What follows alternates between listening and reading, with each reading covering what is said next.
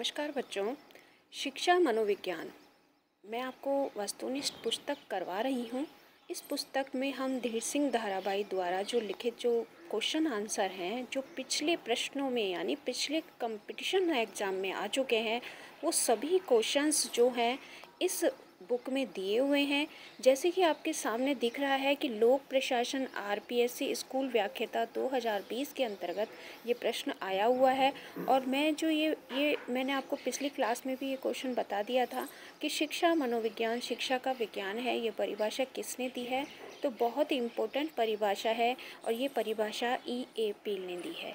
इसी तरह बहुत सारे क्वेश्चंस जो हैं, जो नेक्स्ट जो लास्ट ईयर जो एग्ज़ाम हुए हैं, बहुत ओल्ड पेपर्स जो हुए हैं, जितने भी कंपटीशन्स एग्ज़ाम हुए हैं, उनके अंतर्गत ये सारे क्वेश्चन आ गए हैं। तो बहुत ही अच्छी पुस्तक है बच्चों, और इसको आप रेगुलर करते रहेंगे तो ये पुस्तक हमारी कंप्लीट हो जाएगी। और आप इसको लाइक, शेयर एंड कमेंट करें और सब्सक्राइब भी करें मेरे चैनल को, जिससे कि जो बच्चे आराम से बैठे हुए हैं, अभी शांति काल का है, अभी भर्तियाँ आने वाली हैं और इसमें इस पुस्तक को बहुत अच्छे से करेंगे तो first grade, second grade, third grade में सभी तरह के जो क्वेश्चंस पिछले ओल्ड पेपर्स में आ चुके हैं, वो सारे क्वेश्चंस आपके हल हो जाएंगे और आप अच्छे से जो एग्ज़ाम को फ़ाइट कर पाएंगे। आजकल कंपटीशन बहुत बढ़ गया है, लेकिन फिर भी अगर आप अच्छे से अपनी प्रिपरेशन करते हैं तो आप इन एग्ज़ाम्स को निकाल सकते हैं। ठीक है, तो हम अपनी क्लास को स्टार्ट करते हैं। नमस्कार बच्चों, कैसे हैं आप सब? स्वस्थ रहें, मस्त रहें और अपने कार्य में लगे रहें। नेक्स्ट क्वेश्चन देखेंगे हम। अध्यापन कौशल की कुछ आवश्यक बातें हैं, वो मैंने आपको बता दी हैं कि क्या क्या बातें हैं। इस क्वेश्चन को थोड़ा देखते हैं कि क्योंकि इसमें कुछ मिस्टेक हुई है, तो अभी मैं आपको क्लियर करती हूँ इसको। अभी पहले हम ये वाला क्वेश्चन देख लेते हैं। जो छात्र कक्षा में बहुत प्रश्न पूछते हैं, आप उनके साथ कैसा व्यवहार करेंगे? तो कैसा व्यवहार करेंगे आप सब लोग बताइए मुझे। उनके साथ हतोत्साहित करेंगे, उनको उपेक्षा करेंगे उनकी, या कक्षा से बाहर निकाल देंगे, या उनकी सराहना करेंगे? तो देखिए बच्चों, जो बच्चे ज़्यादा प्रश्न पूछते हैं उनके साथ आप कैसा व्यवहार करेंगे? तो उनके साथ आप उनकी सराहना ही करेंगे।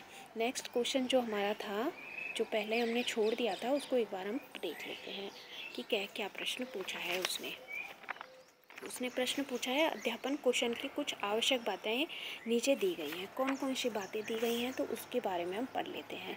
कि परीक्षा के संचालन में सहायता करना। यहाँ जो लिख रहा है वो लिख रहा है परीक्षा। यहाँ पे जो लिखा हुआ है वो लिखा हुआ है परीक्षा। ठीक है, इसको आप ध्यान रखिएगा, परीक्षा लिखा हुआ है। एक मिनट बच्चों, एक मिनट।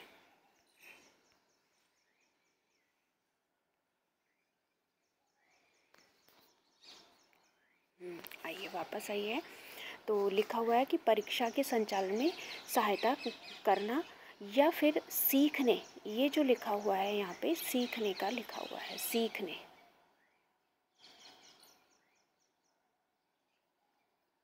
ठीक है, नेक्स्ट है सीखने के प्रभावी ढंग से प्रस्तुत करना, या पाठ्य वस्तु को प्रभावी ढंग से प्रस्तुत करना, या श्रव्य दृश्य सामग्री का समुचित प्रयोग करना, या विद्यालय प्रशासन में रुचि लेना।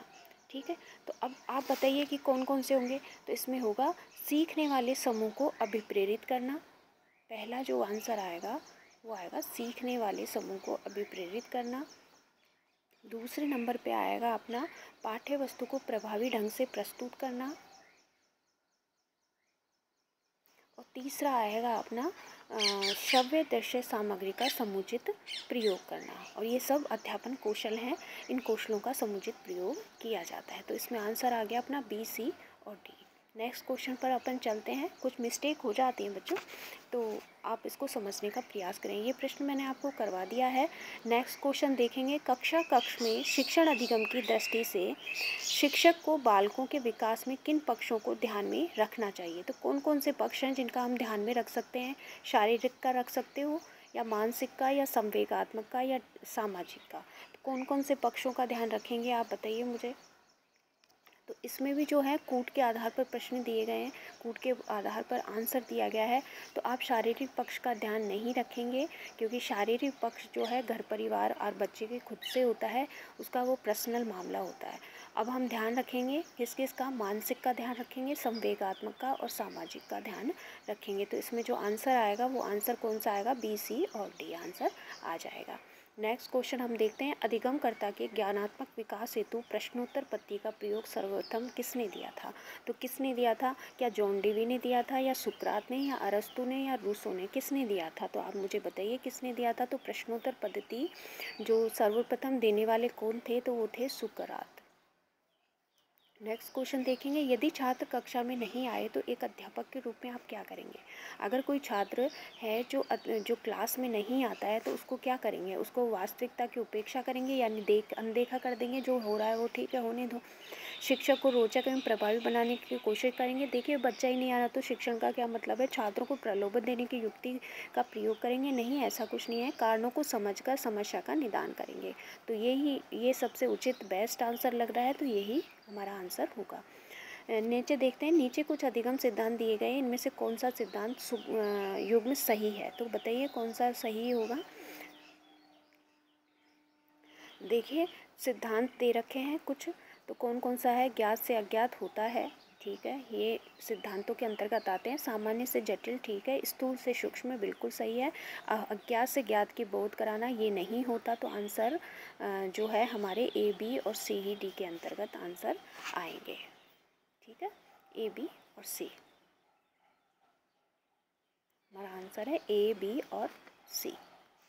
नेक्स्ट चलते हैं हम अपने, एक सफल शिक्षक के लिए सीखने के सिद्धांतों की जानकारी महत्वपूर्ण है, क्योंकि बताइए।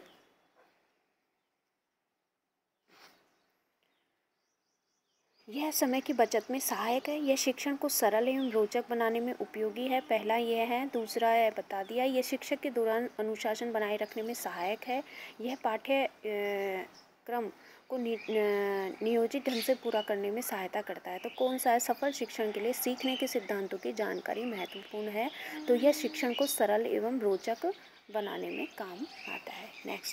नेक्स्ट देखते हैं, कक्षा शिक्षण में अध्यापक को अपना पाठ प्रारंभ करने से पूर्व निम्नांकित में से किस चरण को प्राथमिकता देना सर्वाधिक उपयुक्त होगा। तो कौन सा चरण ऐसा है जिसको प्राथमिकता देना उपयुक्त है। पूर्व में पढ़ाए गए पाठों का मूल्यांकन प्रश्न पूछना, पढ़ाए जाने वाले पाठ से संबंधित पूर्व ज्ञान पर प्रश्न पूछना, पूर्व में पढ़ाए गए पाठ पर निंदनात्मक प्रश्न पूछना, पढ़ाए जाने वाले नवीन पाठ पर आधारित समस्यात्मक प्रश्न पूछना। तो सबसे पहले जो प्राथमिकता दी जाएगी वो दी जाएगी पढ़ाए जाने वाले नवीन पाठ पर आधारित समस्यात्मक प्रश्न पूछना। इसके अंतर्गत सभी आ जाता है, पूर्व ज्ञान वगैरह सब कुछ, जितने भी बच्चों ने जो भी प्रीवियस ईयर में, जो भी प्रीवियस काल में या समय में, टाइम में जो कार्य किया है, उन सब के आधार पर प्रश्न पूछ लिए जाते हैं। अब देखिए, पाठ के प्रारंभिक स्तर पर किस शिक्षण प्रवृत्ति का सर्वोत्तम उपयोग किया जाता है। तो कौन सा है, मूल्यांकन करना। अब देखिए, जब हम बच्चों को पाठ का प्रारंभिक स्तर करेंगे तो उनके पूर्व ज्ञान के आधार पर उनका मूल्यांकन भी करेंगे। तो मूल्यांकन करेंगे तो ये मूल्यांकन करना, यानी मूल्यांकन कैसे किया जाता है, यानी पूर्व आधार पर कुछ प्रश्नों को निर्धारित करके उन बच्चों से प्रश्न पूछे जाते हैं और अपने टॉपिक पर उनको लेकर के आया जाता है। ये 4 से 5 प्रश्न पूछे जाते हैं, जो बीएड के अंतर्गत भी हम बच्चों को करवाते हैं। तो बच्चों को पूर्व ज्ञान के आधार पर उस टॉपिक तक लाना जिस टॉपिक को आप पढ़ाने वाले हो, वो प्रस्तावना प्रश्न के अंतर्गत आते हैं। इन प्रस्तावना प्रश्न के आधार पर ये बच्चों का मूल्यांकन हम करते हैं। तो इसका ध्यान रखें। तो ये कौन सा इसका आंसर होगा, मूल्यांकन करना। नेक्स्ट अपन चलते हैं, निम्नांकित में से कक्षा में किस प्रवृत्ति का प्रयोग अध्यापक को छात्रों द्वारा सर्वाधिक स्मरणीय बनाता है। कौन सा, तो बच्चों को अगर हम समझा कर पढ़ाएंगे किसी भी विषय वस्तु को, तो वो बच्चों को यादगार बना देता है। तो इसमें आंसर आएगा विषय वस्तु को समझा कर पढ़ाना। आप और भी ऑप्शंस देखते हैं, अपना वीडियो क्या होता है, लंबा हो जाता है, आप देखना पसंद नहीं करेंगे। तो मैं जितना हो सकता है उतना आपको समझाने का प्रयास करती हूँ। फिर भी आप वीडियो को एक बार स्टॉप कर करके अच्छे से क्वेश्चन को अच्छे से पढ़ सकते हैं। अपने बुक को आराम से कर सकते हैं, अपनी बुक को सामने रखें, क्वेश्चंस को देखें और जो मैं बोल रही हूँ उसको समझने का प्रयास करें, ठीक है। नेक्स्ट देखेंगे हम, विद्यार्थियों में सहयोग की भावना का विकास आप कैसे करेंगे। तो कैसे करेंगे उनके अंतर्गत, तो सहयोग की भावना का विकास करना है तो उनको समूह में कुछ कार्य ही देना पड़ेगा, तो सामूहिक कार्य दे करके हम उनका विकास कर सकते हैं। नेक्स्ट क्वेश्चन है अपना, शिक्षण अधिगम प्रक्रिया के दौरान छात्रों में अधिगम विकास हेतु अध्यापक को क्या करना चाहिए? अधिगम विकास हेतु कौन सा कार्य करना है अपने को? अधिगम का विकास करना है, उनको सिखाने का कार्य करना है, उनमें विकास हो सके तो कौन सा शिक्षण जो है। अब हम बच्चों को क्या है कि अधिक से अधिक अगर शाम पट का प्रयोग करेंगे तो ऐसा कुछ नहीं है, वो अपने लिए कर सकते हैं। कक्षा में चयनित विद्यार्थियों से प्रश्न पूछना, ऐसा भी गलत है ये भी। कक्ष में प्रभुत्व इस अनुशासन रखना, नो, गलत है ये। तो इसमें जो हम करेंगे वो है शिक्षण को रोचक बनाएंगे, यानी जितना बच्चे को समझ में आ रहा है उस आधार पर और उसको रुचिकर बनाते हुए हम बच्चों को प्रश्न पूछेंगे और उसको रोचक भी बनाएंगे अपने शिक्षण कला को। नेक्स्ट है अपना, कक्ष शिक्षण में आने वाली कठिनाइयों के समाधान हेतु आप निम्नलिखित में से कौन सा कदम उठाएंगे? कौन सा कदम उठाएंगे तो आप बताइए कौन कौन सी कक्ष में शिक्षण में आने वाली कठिनाइयाँ हैं। अब शिक्षण में आने वाली कठिनाइयों को हम देख लेते हैं एक बार। तो कक्षा में प्रबंधन में सुधार करेंगे, नहीं, हमारा कोई काम नहीं है इसमें। कक्षा में छात्रों का कार्य देना समझ ठीक है, फिर भी समस्या का कारण जानना है, शिक्षण कार्य में सुधार करना। तो ये बेस्ट आंसर अपना यही लग रहा है, तो तीसरे नंबर का आंसर हो गया। छात्रों के व्यवहार में सुधार करना ठीक है, कर सकते हैं, लेकिन शिक्षण में आने वाली कठिनाइयों के बारे में पूछा है, समस्या का कारण जानना है, शिक्षण कार्य में सुधार करना। ठीक है। नेक्स्ट है अपना, निम्नलिखित कथनों में से जो सही है उसे चुनें। अब कौन सा सही है बच्चों? तो हमारा आंसर आ गया अनुदेशनात्मक तकनीकी शिक्षण कला है। बिल्कुल ये ठीक है आंसर। अनुदेशात्मक तकनीकी शिक्षण अधिगम कौशलों पर आधारित विज्ञान है। अनुदेशात्मक तकनीक एक शिक्षण मशीन है। अनुदेशात्मक तकनीकी साइबरनेटिक मनोविज्ञान है। तो अनुदेशन तकनीकी शैक्षिक तकनीकी की वह शाखा है जो शिक्षण सामग्री के सही उपयोग के विषय की सैद्धांतिक व व्यवहारिक दोनों प्रकार की सूचना प्रदान करता है। तो शिक्षण कला में सैद्धांतिक यानी सिद्धांतकर आधार पर और व्यवहारिक व्यवहार के आधार पर यानी प्रैक्टिकल ज्ञान भी देता है और सैद्धांतिक ज्ञान भी देता है। ठीक है, पुस्तकीय ज्ञान और व्यवहारिक ज्ञान दोनों के अंतर्गत आ जाता है। नेक्स्ट अपन देखेंगे, निम्नांकित पुस्तकों के लेखक कौन है? जो सूची 1 से सूची 2 का मिलान कीजिए। अब देखें, इन पुस्तकों का अगर आप जानेंगे अच्छे से तो कर लेंगे, अन्यथा आप बिल्कुल भी नहीं कर पाएंगे। ठीक है, तो हम देख लेते हैं कौन सी पुस्तक किसकी है। ठीक है, तो अब एमिली जो पुस्तक है वो किसकी पुस्तक है? तो आप देखिए, बताइए किसकी पुस्तक होगी। एमिली पुस्तक जो है वो पुस्तक है रूसो की। किसकी पुस्तक हुई? तो इसमें आंसर आ गया अपना ए। ठीक है, नेक्स्ट देखेंगे अपन। नेक्स्ट है outline of psychology. Outline of psychology किसकी पुस्तक है? तो ये विलियम मैकडूगल की पुस्तक है। किसकी पुस्तक है आउटलाइन ऑफ साइकोलॉजी? तो इसमें आंसर आ गया अपना सी, नंबर 2 में सी। तो ए और सी। फिर है एम्पिरिज्म पुस्तक किसकी है? तो एम्पिरिज्म पुस्तक है जॉन लॉक की। एम्पिरिज्म पुस्तक किसकी है? जॉन लॉक की। ये आंसर ठीक है, यहाँ पे ध्यान रखिएगा। और एजुकेशन साइकोलॉजी, तो एजुकेशन साइकोलॉजी अपनी हो गई थॉर्नडाइक की। ठीक है, तो अपना आंसर कैसे आ गया? अपना आ गया एमिली में रूसो, तो ए आ गया। Outline of psychology William McDougall की आ गई अपनी, तो ए आ गया। फिर अपना आ गया सी, उसके बाद एम्पिरिज्म है तो ये बी, और एजुकेशन साइकोलॉजी है तो फिर अपना आ गया डी। ठीक है, तो ए सी बी डी, तो ए सी बी डी किस में आंसर आ गया अपना? ए सी बी डी आंसर आ गया अपना 3rd नंबर पे। ठीक है, एक बार आप फिर से देख लीजिए, बुक्स को बहुत अच्छे से ध्यान रखेंगे। एमिली पुस्तक रूसो की है, outline of psychology William McDougall की है, एम्पिरिज्म जो है जॉन लॉक की है, और एजुकेशन साइकोलॉजी जो है थॉर्नडाइक की है। ठीक है, शिक्षण अधिगम प्रक्रिया के निम्नांकित पदों को सही क्रम में रखें और तथा नीचे दिए गए कूटों में से सही का उत्तर चयन कीजिए। अब आप ये बताइए कि सबसे पहले हम कौन सा कार्य करते हैं, उसके बाद हम देखेंगे। ठीक है, तो सबसे पहले अपन करेंगे, सबसे पहले अपना होगा नियोजन। कोई भी कार्य करते हैं तो उसका पहले नियोजन करते हैं, तो पहले नंबर पर बी। ठीक, फिर अपन लोग क्या करेंगे? फिर अपन करेंगे संगठन, यानी देखेंगे कि हमारा प्रबंधन कैसा है, हमारा संगठन कैसा है, उस संगठन को हम देखेंगे। ओके, उसके बाद हम करेंगे उस संगठन का नेतृत्व करने के लिए भी हमें चाहिए, और फिर टी, फिर नियंत्रण भी करेंगे। तो क्या आ गया? बी, ए, सी और डी। तो BACD किस में है? तो BACD जो है वो है अपना तीसरे नंबर पर, ठीक है, BACD। इसको आप अगर अच्छे से इसकी एक बार थ्योरी भी हम देख लेते हैं कि क्या चीज़ बताई है इसमें इन्होंने। शिक्षण अधिगम के सोपान, I.K. डेविस पुस्तक शिक्षण अधिगम का प्रबंधन, ठीक है। शिक्षण अधिगम का जो सोपान है वो I.K. डेविस जो इनकी पुस्तक है, इन्होंने लिखी है। कौन सा? शिक्षण अधिगम का प्रबंधन। पुस्तक management of teaching and learning, ठीक है। इसका ध्यान रखिएगा, किसकी पुस्तक है? डेविस की पुस्तक है। इन्होंने इसमें 4 सोपान बताए हैं।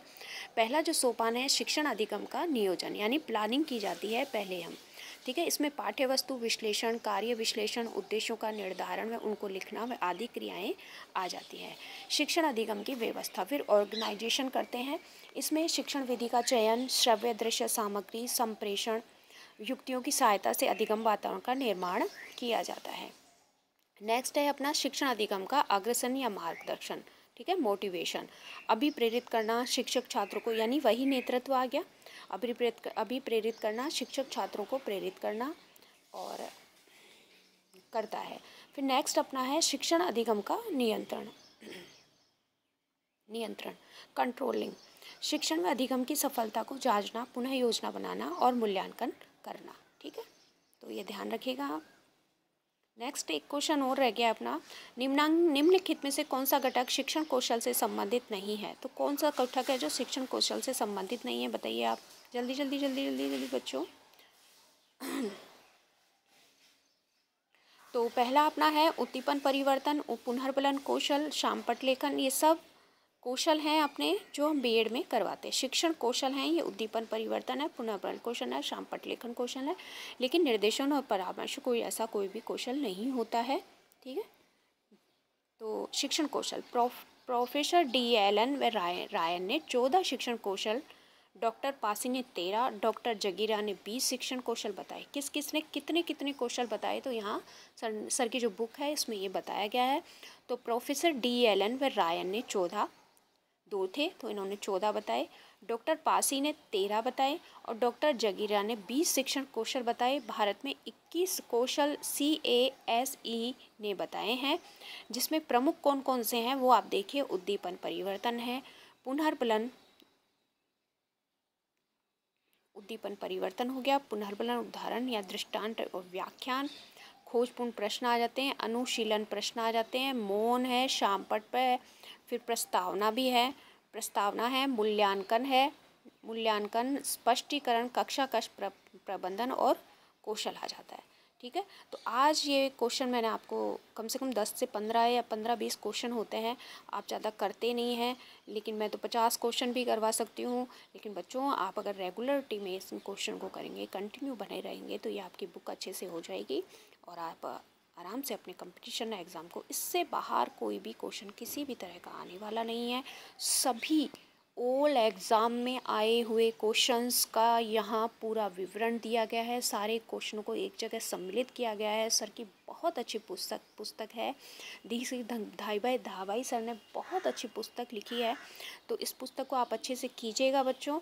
और यहीं पे मैं अपनी वीडियो को समाप्त करती हूँ। पढ़िए, पढ़ते रहिए, पढ़ाते रहिए, खुश रहिए, मस्त रहिए। नमस्कार बच्चों।